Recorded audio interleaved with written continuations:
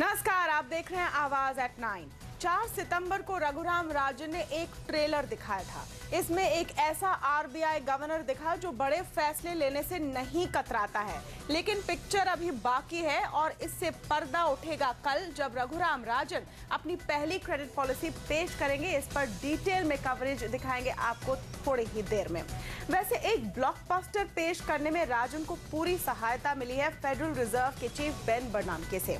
America ने अपने bond खरीदारी के प्रोग्राम को कम करने का फैसला टाल दिया है। शेयर बाजार ने आज इतनी बड़ी राहत की सांस भरी कि सेंसेक्स 700 पॉइंट उछला और 3 महीने के अंदर टाटा ग्रुप ने भारत में एक और एयरलाइन शुरू करने का ऐलान किया।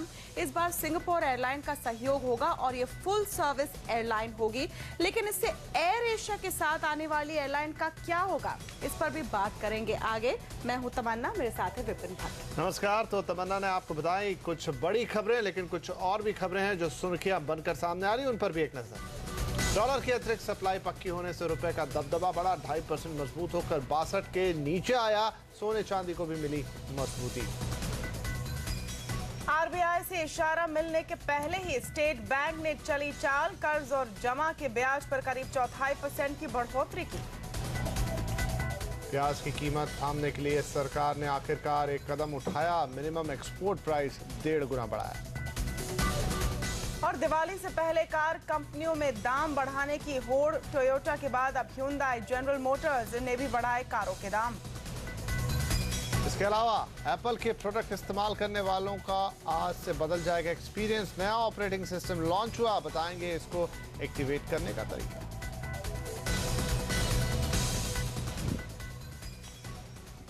रिजर्व बैंक का गवर्नर बनते ही रघुराम राजन रॉकस्टार बन गए, लेकिन इसके साथ ही उनसे हर बार करिश्मे की उम्मीद भी बंद गई है। सवाल यही है कि क्या वो भी फेडरल रिजर्व के गवर्नर बेन बर्नांके की तरह बाजार को जश्न मनाने का मौका दे पाएंगे? क्या राजन के रिपोर्ट कार्ड में कल एक और स्टार जुड़ने जा रहा है?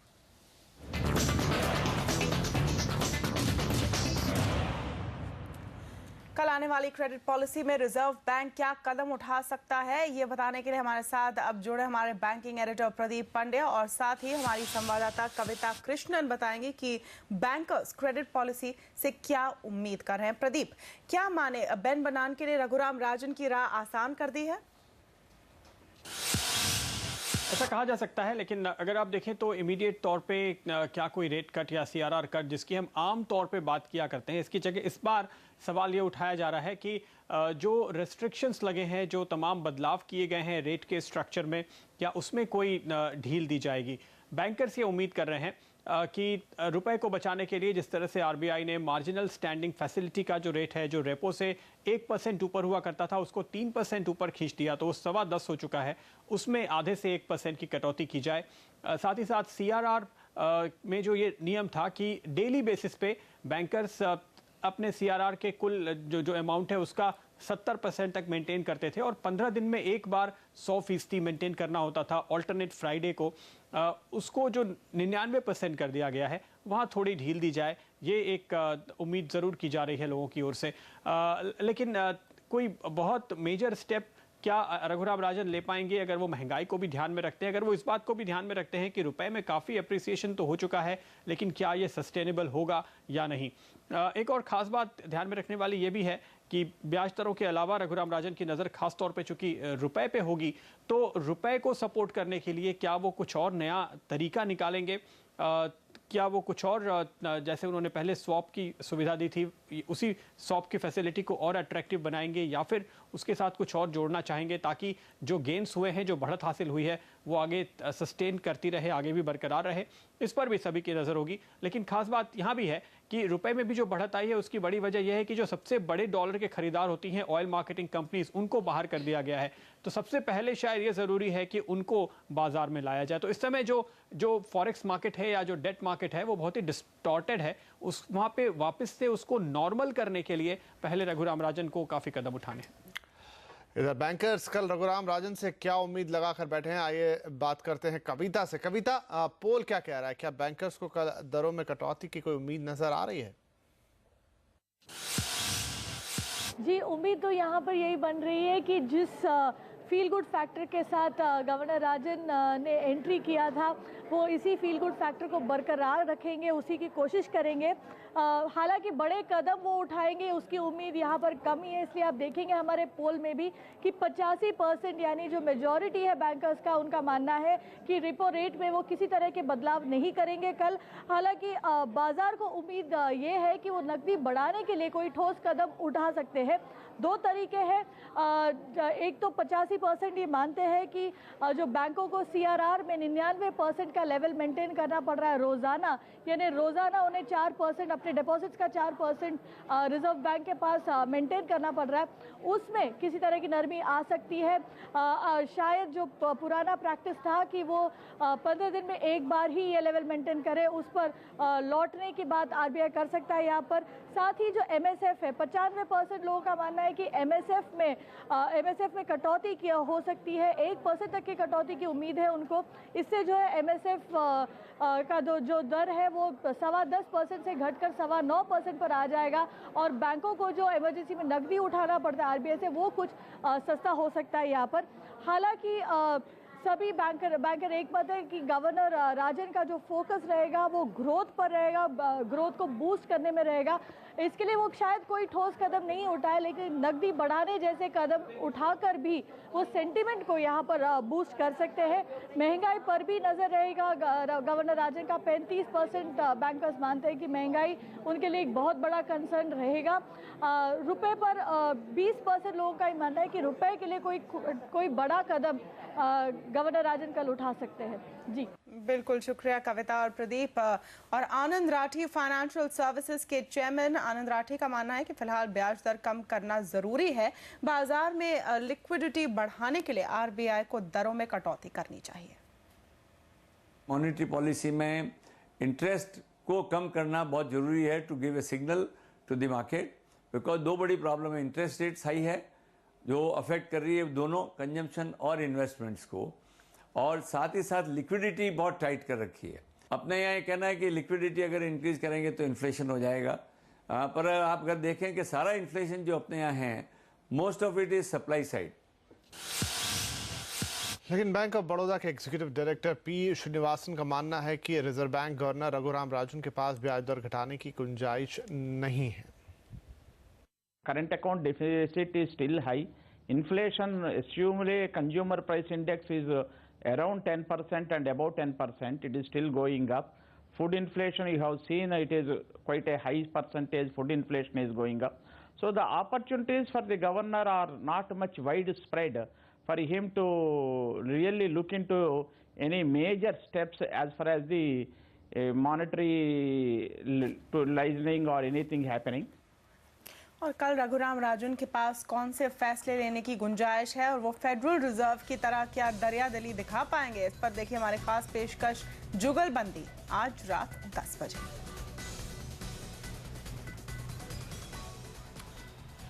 रघुराम राजन अपनी क्रेडिट पॉलिसी से पहले फेड की बैठक को हो जाने देना चाहते थे, वही हुआ और बनानके ने वक्त से पहले और किस्मत से ज्यादा दे दिया। उन्होंने सभी को चौंकाते हुए स्टिमुलस प्रोग्राम में कोई भी बदलाव नहीं करने का ऐलान किया। मतलब ये कि फेडरल रिजर्व इकोनॉमी में लिक्विडिटी को बनाए रखने के लिए हर महीने $85 अरब के बॉन्ड्स खरीदता रहेगा। The Federal Open Market Committee concluded a two-day meeting earlier today.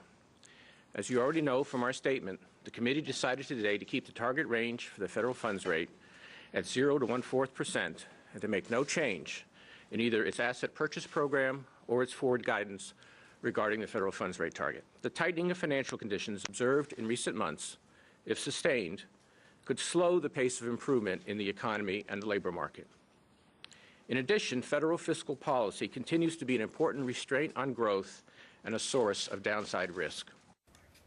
अमेरिकी फेडरल रिजर्व के QE3 में कटौती नहीं करने के फैसले का भारतीय बाजारों ने भी गर्मजोशी के साथ स्वागत किया। आज सेंसेक्स ने 684 पॉइंट की शानदार छलांग लगाई तो निफ्टी भी 3.5% की तेजी के साथ 6100 के ऊपर बंद हुआ। आज की इस चौतरफा तेजी का सबसे ज्यादा फायदा उठाया बैंकिंग शेयरों ने, इनमें 3 से लेकर 23% तक की बढ़त दिखी। इस तेजी में अकेले निफ्टी में निवेशकों की वेल्थ करीब 1,30,000 करोड़ रुपए बढ़ गई है। बाजार की और डिटेल और साथ में इन्वेस्टमेंट टिप्स आपको देंगे कार्यक्रम में आगे। बाजार ही नहीं, सरकार ने भी फेड के फैसले का स्वागत किया है। बैंकिंग सचिव राजीव टकरू ने कहा है कि इस फैसले को देखते हुए भारत अपनी जरूरत के हिसाब से फैसले लेगा। We were ready for any kind of a decision which was taken, so we are happy. I think we were ready for both. और जानकारों का मानना है कि फेड की ये राहत फिलहाल के लिए अच्छी है, लेकिन सरकार को इस बीच में अपने करंट अकाउंट घाटे को संभालने की कोशिश करनी चाहिए। I'm glad this surprise. It was a surprise, and I'm very glad that we've done it. Is out of the way, and but tapering will happen, but it gives us time. Some time within a year or within a year and a half. They can't keep on pumping money. No country can. So something will happen, and but this gives us time to do what we want to do. आज नहीं तो कल ये tapering of तो होनी ही है, और ऐसी स्थिति में जो सबसे बड़ा चैलेंज इकोनॉमी के लिए है वो ये है कि आप अपने करंट अकाउंट डेफिसिट को, जो कि अभी इस वॉलेटाइल कैपिटल इनफ्लो से फंड होता है, उससे कैसे आप इसे हटा करके जो है मोर परमानेंट नेचर वाले जो कैपिटल इनफ्लो हैं उससे फंड करते हैं, और दूसरी चीज़ करंट अकाउंट डेफिसिट को पहले के मुकाबले कैसे घटाते हैं। तो चैलेंजेस मेरी समझ से अभी भी बरकरार हैं। यह एक किस्म का टेम्पररी रिस्पाइट है। उधर क्रेडिट पॉलिसी से एक दिन पहले सबको चौंकाते हुए स्टेट बैंक ने कर्ज महंगा कर दिया है। स्टेट बैंक ने आज अपने बेस रेट में 10 बेसिस पॉइंट की बढ़ोतरी कर दी है। स्टेट बैंक का बेस रेट 9.7% से बढ़कर अब 9.8% हो गया है। 30 लाख रुपए से कम के होम लोन पर अब 10.10% की दर से ब्याज लगेगा। अब तक ये 9.95% था। इसी तरह 30 लाख रुपए से ज्यादा के होम लोन पर ब्याज दर 10.10% से बढ़कर 10.30% हो गई है। कार लोन पर ब्याज दर भी 10.5% से बढ़कर 11.25% हो गई है। यह बढ़ोतरी पुराने कर्ज पर भी लागू होगी, यानी आपकी EMI अब बढ़ गई है। इसके अलावा फंड जुटाने की दौड़ में स्टेट बैंक भी शामिल हो चुका है। स्टेट बैंक ने FD दरों में 0.25% की बढ़ोतरी कर दी है। एक और एयरलाइन लाने की तैयारी में है टाटा ग्रुप। अब सिंगापुर एयरलाइंस के साथ फुल सर्विस कैरियर शुरू करेंगे।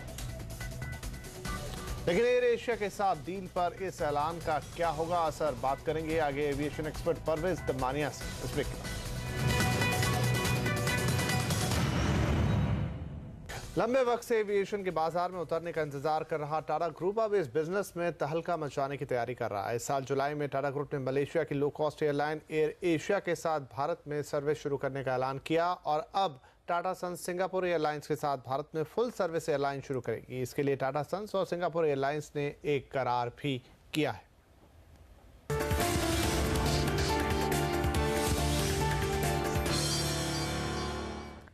इस जॉइंट वेंचर की डिटेल देने के लिए अब हमारे साथ जुड़े हैं दिल्ली से संवाददाता अतुल मिश्रा, और बात करेंगे इसके इम्प्लीकेशंस पर एविएशन एक्सपर्ट परवेज दमानिया से। पहले जानकारी ले लेते हैं अतुल से। अतुल, टाटा ग्रुप और सिंगापुर एयरलाइंस के बीच होने वाले इस MOU जो साइन हुई है उसकी डिटेल्स क्या निकल कर आ रहे हैं? टाटा एक फुल सर्विस एयरलाइन शुरू कर रही है। भारतीय एविएशन इंडस्ट्री के लिए जो है एक बड़ी खबर है, और इसके लिए अभी जो टाटा सन्स की तरफ से बताया गया है कि सिंगापुर एयरलाइन के साथ MOU साइन किया है टाटा सन्स ने। जाहिर सी बात है कि टाटा काफ़ी पहले से कोशिश कर रही थी सिंगापुर एयरलाइन के साथ भारत में एयरलाइन शुरू करने के लिए। करीब 16 साल पहले इस तरह का प्रयास टाटा की तरफ से किया गया था, लेकिन सरकार ने उस समय, तत्कालीन सरकार ने उसकी मंजूरी नहीं दी थी। फिलहाल अब नई शुरुआत की है टाटा ने और MOU साइन हो गया है। टाटा का कहना है कि इस बारे में FIPB में एप्लीकेशन भी डाल दी गई है मंजूरी के लिए, और इस टाटा ने साफ किया है कि इस बार जो MOU हुआ है सिंगापुर एयरलाइन से उसमें 51% जो इस नई एयरलाइन होगी इसमें हिस्सेदारी टाटा की होगी, जबकि 49% हिस्सेदारी सिंगापुर एयरलाइन की होगी। करीब $100 मिलियन का इन्वेस्टमेंट दोनों की तरफ से मिलाकर किया जाएगा इस एयरलाइन को शुरू करने में। ये एक फुल सर्विस कैरियर होगा, और यहाँ पे दिल्ली से उसका जो है ऑपरेशन होगा, और हेडक्वार्टर दिल्ली होगा इस नई एयरलाइन का। इसमें फिलहाल बोर्ड मेंबर के बारे में भी टाटा की तरफ से बताया गया है। कुल 3 बोर्ड मेंबर होंगे, जिसमें 2 टाटा की तरफ से होंगे और 1 सिंगापुर एयरलाइन की तरफ से होगा। टाटा ने चेयरमैन का नाम भी अनाउंस कर दिया है। मिस्टर प्रसाद मेनन जो है इस नई एयरलाइन के चेयरमैन होंगे, और फिलहाल अभी ऑपरेशन शुरू होने में, क्योंकि FIPB से अभी मंजूरी मिलेगी इस जॉइंट वेंचर को, उसके बाद इस पे सिक्योरिटी क्लियरेंस होगा इस एप्लीकेशन पे टाटा के, और उसके बाद जो है ये मामला एविएशन मिनिस्ट्री पहुंचेगा और वहां से ऑपरेशंस की इजाज़त दी जाएगी एयरलाइन को। उसके बाद एयरलाइन शुरू होगी। एक अनुमान लगाया जा रहा है कि करीब इस पूरी प्रक्रिया में 1 साल लग जाएगा, यानी अगले साल के आखिर तक ये एयरलाइन शुरू होने की उम्मीद की जा रही है। अतुल, और यहाँ पर टाटा ग्रुप के इस जेवी को मंजूरी के लिए अर्जी अभी तक नहीं मिली है। एक कंपनी दो एयरलाइंस के साथ जॉइंट वेंचर कर सकती है या नहीं, इस पर नियम फिलहाल साफ नहीं है। विमानन मंत्री अजीत सिंह ने कहा कि कॉर्पोरेट मंत्रालय या सेबी हितों के टकराव पर यहाँ पर चर्चा की जाएगी। They met me this morning. They said they are applying to FIPB. And Mr. Ajit Singh, will you ask the Corporate Affairs Ministry to have a look at this, given the fact that, as you're saying, that even the law is silent on this aspect? FIPB has representative of many ministries. Aviation rules don't mention this thing at all. Who owns shares here and where else they own shares. That's Corporate Affairs Ministry or maybe SEBI, I don't know. Parvez Damania हमारे साथ studio में जुड़ रहे हैं। परवेज, आपने सुना मंत्री कह रहे हैं कि ये साफ नहीं कि टाटा दोनों के साथ आ सकता है, नहीं इस पर आएंगे, लेकिन इसके पहले सिंगापुर एयरलाइंस अगर आखिरकार भारत में आती है, जो काफी समय से कोशिश चल रही है, क्या इम्पैक्ट पड़ता है पूरे सेक्टर पर? नहीं, पहले तो thank you very much for inviting me here. पहले तो आई थिंक इन 1999 टाटाज ने टाई अप किया था सिंगापुर एयरलाइंस से, लेकिन तभी टाटा को लाइसेंस और परमिशन नहीं मिला for various reasons, or they've always wanted to come to India. Singapore Airlines is an exceptionally good product, और इंडिया में टाटास के साथ टाई अप किया, ये बहुत बड़ी बात है, and I'm sure it will be an exceptional airline. It will do very well in India. यहाँ पर परवेज साहब, एक बात और है जो मन में आती है पूछने के लिए कि टाटा जो ग्रुप है अपने आप में बहुत कैपेबल ग्रुप है, फंड्स की कोई कमी नहीं है, पैसों की कमी नहीं है, लेकिन फिर भी वो जॉइंट वेंचर्स में अपनी एयरलाइन क्यों लेकर आ रहे हैं, चाहे वो एयर एशिया की बात हो या फिर हम बात कर रहे हैं सिंगापुर एयरलाइन की? नहीं, हमेशा टाटा का व्यू ये रहा है कि if they have a foreign tie up they can bring in better expertise, better management style. So उनका पहले से ही प्लान था to have a tie up with a very big international airline, and they were always thinking of Singapore Airlines, and then they tied up with Air Asia. Air Asia भी very highly successful airline है, one of the best low cost carriers in the world. Tony Fernandez is a man of Indian origin, which everybody is very proud of, and he's doing an exceptional job. And जो India का आज climate है aviation का, मेरे हिसाब से air Asia would do exceptionally well in India. लेकिन यही सवाल है, टाटा ग्रुप ने 3 महीने के अंतर में 2 एयरलाइन प्रोजेक्ट्स का ऐलान किया है। क्या रेगुलेटरी दिक्कतें आ सकती हैं, क्योंकि अभी तक साफ नहीं कि उन्हें इसकी मंजूरी मिलेगी, कोई कॉन्फ्लिक्ट ऑफ इंटरेस्ट है या नहीं? नहीं, अभी ये देखिए, ये पहली बार ऐसा हुआ है कि एक इंडियन कंपनी ने 2 इंडिपेंडेंट एयरलाइंस के साथ टाई अप किया है, इसलिए I don't think there is any policy by which the government can go on. लेकिन मुझे लगता है ये 2 एयरलाइन इतने डिफरेंट बिजनेस मॉड्यूल और डिफरेंट बिजनेस प्लान पे चल रहे हैं अभी, जो Singapore Airlines and Air Asia, तो कैसे दोनों मैच हो जाएंगे इंडिया में, ये मुझे I find it little confusing. Tata group की तरफ से या जो सूत्रों की तरफ से इस वक्त आया है कि दोनों अलग अलग तरह की एयरलाइन होंगे, तो कॉन्फ्लिक्ट ऑफ इंटरेस्ट का सवाल नहीं उठता। एक लो कॉस्ट कैरियर है, एक high end full service carrier होगा, लेकिन भारत के कॉन्टेक्स्ट में जिस तरह का मार्केट है अब, क्या असल में कोई डिस्टिंक्शन है एक फुल सर्विस और लो कॉस्ट कैरियर के बीच इस वक्त? डिस्टिंक्शन तो है, डिस्टिंक्शन जरूर है। Kingfisher for example was not a low cost carrier, distinction है, लेकिन आज की तारीख में consumer is very economy conscious. आज लोगों को टिकट खरीदने हैं तो लोग नेट पे जाके देखे which is the lowest cost, because जब डिस्टेंस शॉर्ट रहता है बॉम्बे गोवा या Bombay Bangalore, then really full service और लो कॉस्ट में इतना फ़र्क नहीं पड़ रहा है। Today for example IndiGo is doing exceptionally well even though it's a complete low cost carrier, because they run a very good airline, and I am sure Air Asia will do very well, and I am sure Tata Singapore will do well. See, the most important thing is at what level they're going to come and with how many aircrafts. If it's a small niche market, then there is a huge market for a full service airline. See, कोई figures कहीं नहीं है कि Air Asia 10 aircraft लाने वाला है, 20 aircraft लाने या 50 aircraft लाने वाला है. See, because interestingly, there is no order placing question of Air Asia. They have a huge fleet of 320s available to them at their beck and call. जितने चाहे वो इंडक्ट कर सकते हैं इंडिया में, इसलिए जब तक अपने को आइडिया नहीं रहे कि what is going to be the size of the fleet, it's very difficult to say how will it impact the Indian market. मैंने साहब बहुत शुक्रिया हमसे बातचीत करने के लिए। तो ये थे परवेज दबानिया, जिनका कहना है कि यहाँ पर बहुत अच्छा है एविएशन सेक्टर के लिए, लेकिन अब जिस तरह के बिजनेस मॉडल में एंट्री हो रही है यहाँ पर एयरलाइन की, देखना होगा कि वो किस तरीके से वर्क करते हैं और आगे चल के ये भी पता चलेगा कि क्या कोई रेगुलेटरी दिक्कत तो इसमें नहीं है। वहीं जानकारों का मानना है कि टाटा के एयरलाइन बिजनेस में उतरने से पूरी इंडस्ट्री को फायदा होगा। उनके मुताबिक कंपटीशन बढ़ने से हवाई यात्रा सस्ती और बेहतर होगी। इकोनॉमी के लिए भी अच्छा साइड है। जहाँ तक सिविल एविएशन क्षेत्र का प्रश्न है, ज़रूर यहाँ समस्याएं बहुत हैं और इसलिए जो भी एयरलाइन नई शुरू होगी यहाँ, उसको बहुत केयरफुली अपनी मार्केटिंग स्ट्रेटजी और वगैरह बिजनेस प्लान वर्कआउट करना पड़ेगा कि किस तरह वो यहाँ के लो कॉस्ट कैरियर्स के अगेंस्ट अपने सामने खड़े हो सकते हैं। मुझे लगता ये है कि डोमेस्टिक क्षेत्र में पहले वो ज़्यादातर ये कोशिश करेंगे कि सिंगापुर एयरलाइंस का जो इतना बड़ा नेटवर्क है, अंतर्देशीय नेटवर्क जो है, उसको फीड करें। जो डोमेस्टिक सेक्टर उसमें इतनी ज़्यादा अफरा तफरी इस वक्त है कि उसमें एक नया प्लेयर ऐसे ही 5 हैं, अब छठा टाटा एयर एशिया और ये 7वें ये अगर आ गए तो इसमें कोई ज़्यादा प्ले है नहीं। नंबर 2, जो मुंबई जैसी बात हुई, मुंबई में खुद ही कोई स्लॉट्स नहीं है इस वक्त अवेलेबल। सो फ्रैंकली अब डोमेस्टिक सेक्टर में बहुत ज़्यादा पॉसिबिलिटी नहीं है। मेरे ख्याल से इनका फोकस इंटरनेशनल में ज़्यादा होगा, खासकर वेस्ट बाउंड।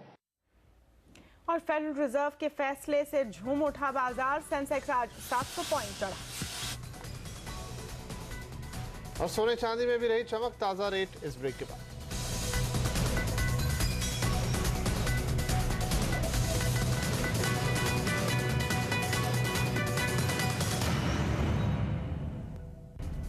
क्या फेड गवर्नर बेर्नांके की तरह दरिया दिली दिखा पाएंगे? रघुराम राजन कल की क्रेडिट पॉलिसी पर टिकी है सबकी नजर। फेड के बूस्टर डोज मिलते रहने से बाजार ने लगाई ऊंची छलांग। सेंसेक्स करीब 700 पॉइंट उछला, बैंक शेयरों को लगे पंख। डॉलर की अतिरिक्त सप्लाई पक्की होने से रुपए का दबदबा बढ़ा, 2.5% मजबूत होकर 62 के नीचे आया। सोने चांदी को भी मिली मजबूती। साल भर के अंदर टाटा ने भरी दूसरी उड़ान। सिंगापुर एयरलाइंस के साथ लाएगी फुल सर्विस एयरलाइन। शुरुआत में $10 करोड़ का होगा निवेश।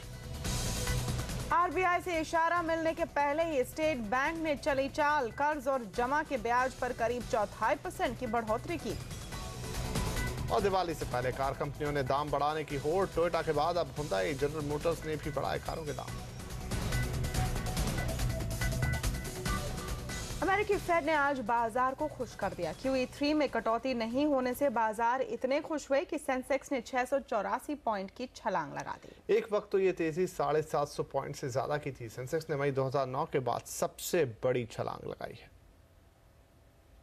फेड चेयरमैन के QE3 को खत्म करने के टालने के फैसले के बाद दुनिया भर के बाजारों में जमकर जोश दिखा और भारतीय बाजार उनमें बढ़ने में सबसे आगे होते नजर आए, क्योंकि वजह यह है कि उम्मीद अब की जा रही कि FIs की तरफ से फ्लोज बढ़ेंगे और एमर्जिंग मार्केट्स और हिंदुस्तान के बाजारों को इसका फायदा होगा। और इसका फायदा आज करेंसी में भी दिखा, जहां रुपए में शानदार मजबूती आते हुए दिखी और उसका फायदा भारतीय बाजार भी उठाते हुए नजर आए। एक गैप से ओपनिंग होती हुई दिखी, लेकिन बढ़िया बात यह रही कि गैप से ओपनिंग होने के बावजूद बाजारों में कहीं कोई करेक्शन नहीं दिखा और 700 पॉइंट से ज्यादा की भी तेजी सेंसेक्स में नजर आई और निफ्टी 6100 के पार जाकर बंद होने में कामयाब रहा। शानदार तेजी चारों ही तरफ देखने को मिली। हालांकि मिड कैप और स्मॉल कैप शेयर उतना तेजी में पार्टिसिपेट करते हुए नजर नहीं आए, क्योंकि खरीदारी ज्यादातर दिग्गज शेयरों में आज नजर आ रही थी। बढ़ने वाले शेयरों की तादाद लगभग दुगुनी रही और वॉल्यूम्स कल के मुकाबले में काफी बेहतर होते हुए दिखे। तेजी के साथ साथ पार्टिसिपेशन भी बढ़ता हुआ दिखा। नवंबर 2010 के बाद का ये बेहतरीन लेवल है उछाल के लिहाज से आज भारतीय बाजारों के लिए। PSU बैंक्स ने इस तेजी को लीड करने का काम किया और निफ्टी के 3 दिग्गज PSU बैंक्स तीनों ही 8-8, 10-10% की छलांग लगाते हुए दिखे।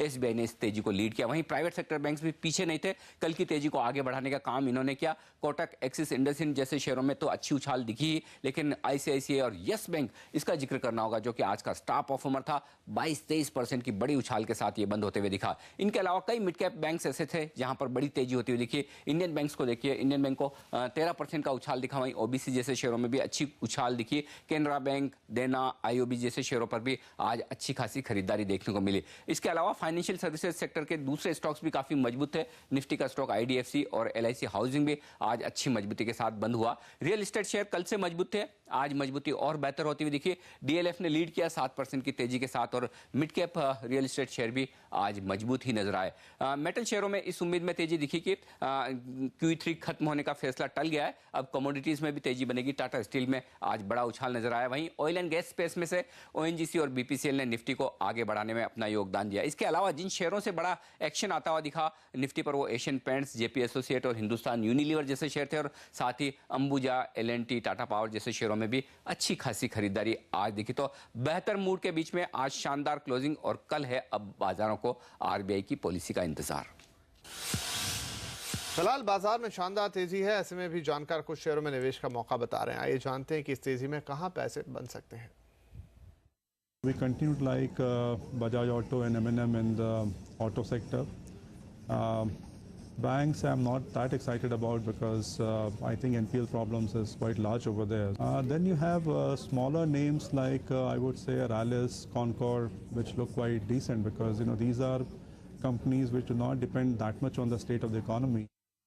और फेड की बैठक का असर रुपया पर भी जोरदार दिखा और अब ये 62 के लेवल के नीचे पहुंच गया है। आज रुपया करीब 160 पैसे मजबूत होकर बंद हुआ है। अंतर्राष्ट्रीय बाजार में डॉलर 7 महीने के निचले स्तर पर पहुंच गया है। डॉलर में कमजोरी का फायदा घरेलू करेंसी को मिला है। अब बाजार की नजरें कल की क्रेडिट पॉलिसी पर टिकी हुई है। कल RBI गवर्नर रघुराम राजन जो भी कदम उठाते हैं उसका असर रुपये पर जरूर पड़ेगा। फेड के फैसले से सोने चांदी को भी फायदा हुआ है। घरेलू बाजार में सोना 30,000 रुपए के पार पहुंच गया है। वहीं चांदी में सोने से कहीं ज्यादा तेजी देखने को मिल रही है। MCX पर चांदी 4% से भी ज्यादा तेजी के साथ 52,000 के बेहद करीब है। हम आपको बता दें कि आज डॉलर के मुकाबले रुपए में शानदार मजबूती रही है। उसके बावजूद सोने चांदी में बढ़त कायम है, जबकि पिछले हफ्ते रुपए में मजबूती की वजह से सोने में 8% और चांदी में 10% की जोरदार गिरावट देखने को मिली थी। वहीं कॉमेक्स सुस्त कारोबार कर रहा है, लेकिन सोने का भाव एक हफ्ते की ऊंचाई पर बना हुआ है। और सोना चांदी भले ही जोश में हो, लेकिन कच्चा तेल पस्त हो गया। घरेलू बाजार में क्रूड 6,700 रुपए के भी नीचे फिसल गया, जबकि अंतर्राष्ट्रीय बाजार में इतनी गिरावट नहीं है। दरअसल रुपए में मजबूती की वजह से MCX पर क्रूड कमजोर हो रहा है। और महंगे प्याज से निजात दिलाने के लिए सरकार ने एक्सपोर्ट होने वाले प्याज के दाम बढ़ाए। साथ में कृषि मंत्री शरद पवार ने भरोसा दिलाया, कहा 2 से 3 हफ्तों में दाम गिरेंगे।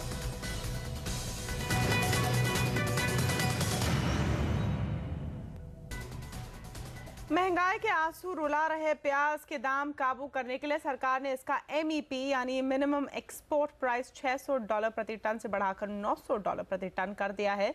प्याज की बढ़ी कीमतों पर लगाम लगाने के लिए बने अंतर मंत्रिय समूह ने एक्सपोर्ट कम करने की सिफारिश दी थी। इसी समूह की सिफारिश पर सरकार ने यह फैसला लिया है।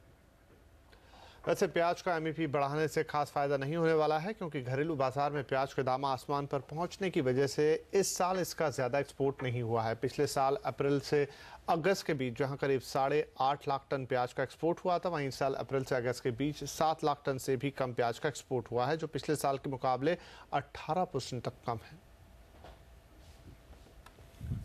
इधर कृषि मंत्री शरद पवार ने उम्मीद जताई है कि 2-3 हफ्ते में प्याज के दाम नीचे आ जाएंगे, क्योंकि अक्टूबर नवंबर में प्याज की नई फसल आती है और नई फसल से बाजार में सप्लाई बढ़ेगी। पवार ने आज इस मामले में खाद्य मंत्री केवी थॉमस से भी मुलाकात की।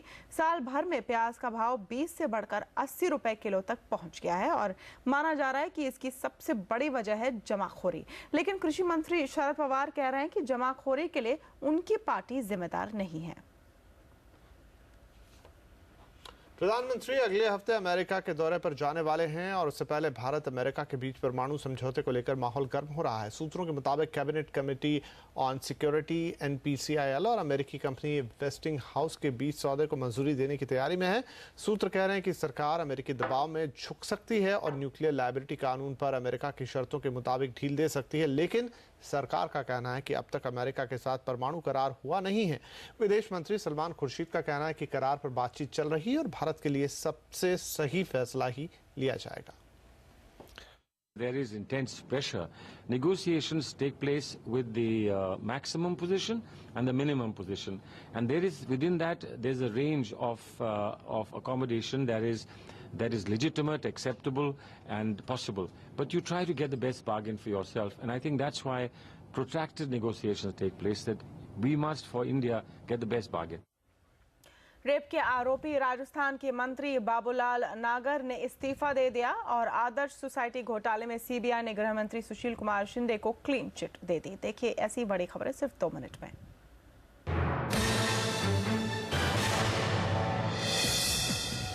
बढ़ते राजनीतिक दबाव के बाद रेप के आरोपी राजस्थान के मंत्री बाबूलाल नागर ने अपने पद से इस्तीफा दे दिया है। बाबूलाल ने इस्तीफे को नैतिक आधार पर लिया गया फैसला बताया है। बाबूलाल पर आरोप है कि 11 सितंबर को अपने घर पर बुलाकर उन्होंने महिला के साथ रेप किया था। दिल्ली की अदालत ने पूर्व स्वास्थ्य मंत्री और कांग्रेस नेता राशिद मसूद को मेडिकल कॉलेज में फर्जी दाखिला कराने का दोषी माना है। कोर्ट ने राशिद मसूद को साल 1990-91 में लखनऊ के किंग जॉर्ज मेडिकल कॉलेज में बिना प्रवेश परीक्षा के एक शख्स को दाखिला कराने का दोषी पाया है। कोर्ट 1 अक्टूबर को मामले में सजा सुनाएगी। सीबीआई ने आदर्श सोसाइटी घोटाले में गृह मंत्री सुशील कुमार शिंदे को क्लीन चिट दे दी है। सामाजिक कार्यकर्ता वाते गांवकर ने बॉम्बे हाई कोर्ट में याचिका दायर करके शिंदे को मामले में आरोपी बनाने की मांग की थी। शिंदे पर महाराष्ट्र के मुख्यमंत्री पद पर रहते हुए आदर्श सोसाइटी मामले में अनियमितता के आरोप थे। सीबीआई ने हाईकोर्ट को दिए हलफनामे में शिंदे को निर्दोष बताया है। पूर्व बीजेपी नेता बीएस येदियुरप्पा अपनी पार्टी कर्नाटक जनता पार्टी का बीजेपी में विलय नहीं करेंगे, लेकिन केजीपी लोकसभा चुनाव में नरेंद्र मोदी के नेतृत्व और एनडीए का समर्थन करेगी। येदियुरप्पा को मोदी खेमे में माना जाता है। नरेंद्र मोदी के पीएम उम्मीदवार बनने के बाद अटकलें थीं कि येदियुरप्पा अपनी पार्टी का विलय कर देंगे। केजीपी अपनी अलग पहचान बनाए रखना चाहती है। हरियाणा में एक बार फिर झूठी इज्जत के नाम पर एक प्रेमी जोड़े की हत्या हुई है। रोहतक से शादी के लिए यह जोड़ा दिल्ली भाग कर गया था। पुलिस का आरोप है कि लड़की के घर वालों ने उन्हें गांव वापस बुलाकर मार डाला। पुलिस ने मामले में रिपोर्ट दर्ज कर ली है और लड़की के माता पिता और चाचा को गिरफ्तार कर लिया है। मुंबई के शक्ति मिल गैंगरेप मामले में पुलिस ने आरोप पत्र दाखिल कर दिया है। मुंबई पुलिस ने 4 आरोपियों के खिलाफ 600 पन्नों का आरोप पत्र कोर्ट के सामने पेश किया। 5वें नाबालिग आरोपी के खिलाफ नाबालिगों के कोर्ट में आरोप पत्र दाखिल किया गया है। गाड़ियां हुई महंगी। Hyundai, टोयोटा से लेकर जनरल मोटर्स तक ने दाम बढ़ाए। और आनंद महिंद्रा को भरोसा है कि इकोनॉमी में सुधार शुरू हुआ। पूरी खबर देखिए इस ब्रेक के बाद।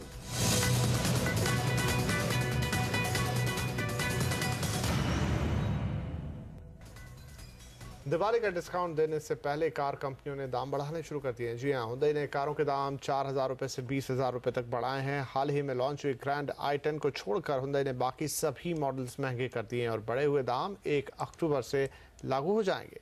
इधर 2 दिन पहले ही टोयोटा ने भी कारों के दाम 24,000 रुपए तक बढ़ाने का ऐलान किया था और ये बढ़ोतरी 21 सितंबर से ही लागू हो जाएगी।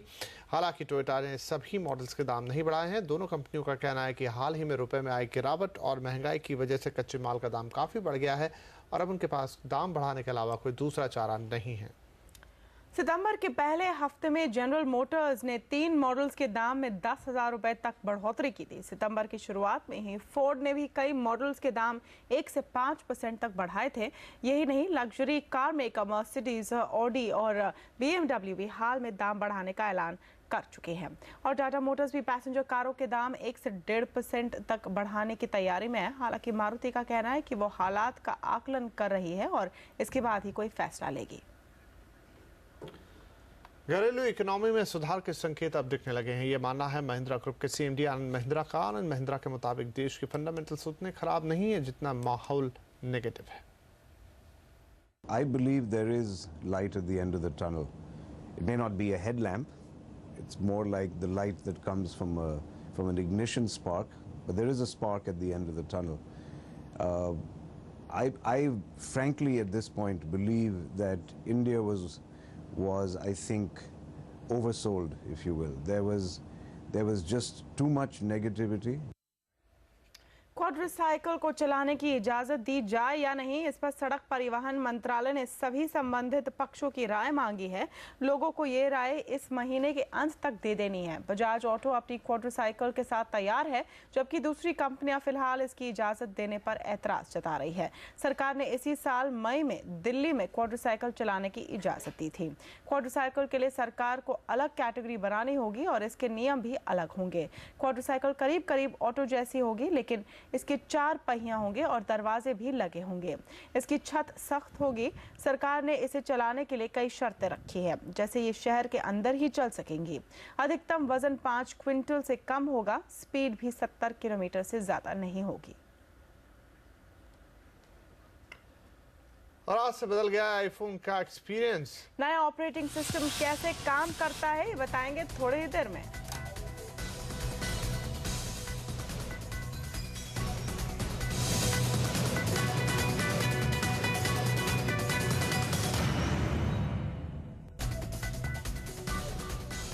एप्पल का लेटेस्ट ऑपरेटिंग सिस्टम iOS 7 आज आम आईफोन यूजर्स के लिए लॉन्च हो गया। इस ऑपरेटिंग सिस्टम में क्या है नया और इसे कैसे डाउनलोड कर सकते हैं, बता रहे हैं हमारे टेक गुरु अभिषेक तेलंग। ये है आईफोन का नया operating system iOS 7। Look and feel के मामले में ये पिछले वर्जन से बहुत कुछ बदल गया है। फिर चाहे वो इसके आइकन्स हो या फिर ट्रांजिशंस, सब कुछ बदला सा लगता है। iOS 7 में आइकन्स का लेआउट इतना फ्लैट है कि सारे आइकन्स वॉलपेपर के ऊपर तैरते से लगते हैं। एप्पल ने लगभग 6 साल बाद अपने ऑपरेटिंग सिस्टम में बदलाव किया है और ये उसके लिए ज़रूरी भी था, बिकॉज iOS काफ़ी बासी होता जा रहा था कंपटीशन के मुकाबले। पर यहाँ एप्पल ने एक बात अच्छी की है कि नए और पुराने ऑपरेटिंग सिस्टम के बीच में इतना परफेक्ट बैलेंस बनाया है, जिसके कारण से iOS 7 को समझने में बहुत ज़्यादा वक्त नहीं लगता। iOS 7 में आपको अपने नोटिफिकेशंस, कैलेंडर, स्टॉक्स, अपॉइंटमेंट्स देखने के लिए फोन अनलॉक करने की जरूरत ही नहीं। सब लॉक स्क्रीन से ही मैनेज हो जाता है। इसके साथ ही brightness, music controls, wifi, bluetooth, airplane mode, calculator, torch जैसी जरूरी सेटिंग्स पर पहुंचने के लिए भी फोन अनलॉक नहीं करना पड़ता। iOS 7 के कैमरा ऐप में कई बदलाव हुए हैं। फोटो फिल्टर्स जोड़े गए हैं, साथ में एडिटिंग और फोटो शेयरिंग में भी नया इंटरफेस काफी बदल गया है। इसके साथ ही iOS 7 में एयरप्ले और एयरड्रॉप जैसे नए फीचर्स जोड़े गए हैं, जो डेटा शेयरिंग में काम आएंगे। अब सबसे बड़ा सवाल कि क्या iOS 7 मेरे आईफोन के ऊपर काम करेगा? जी बिल्कुल। iOS 7 आईफोन 3GS और उसके पुराने सभी मॉडल्स को छोड़कर बाकी सभी आईफोन्स के साथ कंपैटिबल है। अब इसे इंस्टॉल कैसे किया जाए? बहुत ही आसान है। बस अपने आईफोन को iTunes के साथ सिंक कीजिए और ऑटोमेटिकली नए OS अपडेट का मैसेज आपके पास आएगा। बस उसमें एंटर कीजिए और 600-650 MB की फाइल है iOS 7 की, वो आपके इंटरनेट स्पीड के हिसाब से आपके आईफोन के ऊपर ऑटोमेटिकली इंस्टॉल हो जाएगी। पर एप्पल के सर्वर्स के ऊपर आज सुबह से इतना ज़्यादा प्रेशर पड़ रहा है कि हो सकता है आपको 4-5 बार कुछ एरर मैसेजेस आएँ, पर टेंशन ना लीजिएगा, सब्र का फल हमेशा मीठा होता है। अभिषेक तेलंग, मुंबई। तो ये थी बात iOS की, लेकिन यहाँ पर विपिन एक और टेक अपडेट BBM अब एप्पल और एंड्रॉयड फोन्स पर भी मौजूद होगा। इसकी औपचारिक घोषणा आज हो गई है। तो यानी आप जो फ्रेंड्स BBM रखते हैं या ब्लैकबेरी रखते हैं और आपके पास एंड्रॉयड है, तो अब आप उनसे बात कर सकते हैं, क्योंकि BBM पहले सिर्फ ब्लैकबेरी में ही एक्सक्लूसिव था। बहरहाल अब देखते हैं कि कल कहां होगी बाजार की नजर। रिजर्व बैंक के नए governor Raghuram Rajan credit policy कल पेश करने जा रहे हैं और अनुमान है कि बैंकों के लिए CRR की शर्त कुछ आसान हो सकती है। हालांकि रेपो रेट घटने की उम्मीद ना के बराबर है। रिजर्व बैंक गवर्नर बनने के बाद रघुराम राजन की पहली क्रेडिट पॉलिसी है, जिसके बाद वो दोपहर 12 बजे एक प्रेस कॉन्फ्रेंस भी करेंगे। इसके अलावा CCA की बैठक भी होनी है, जिसमें केंद्रीय कर्मचारियों का महंगाई भत्ता बढ़ाकर 10% करने का फैसला भी हो सकता है।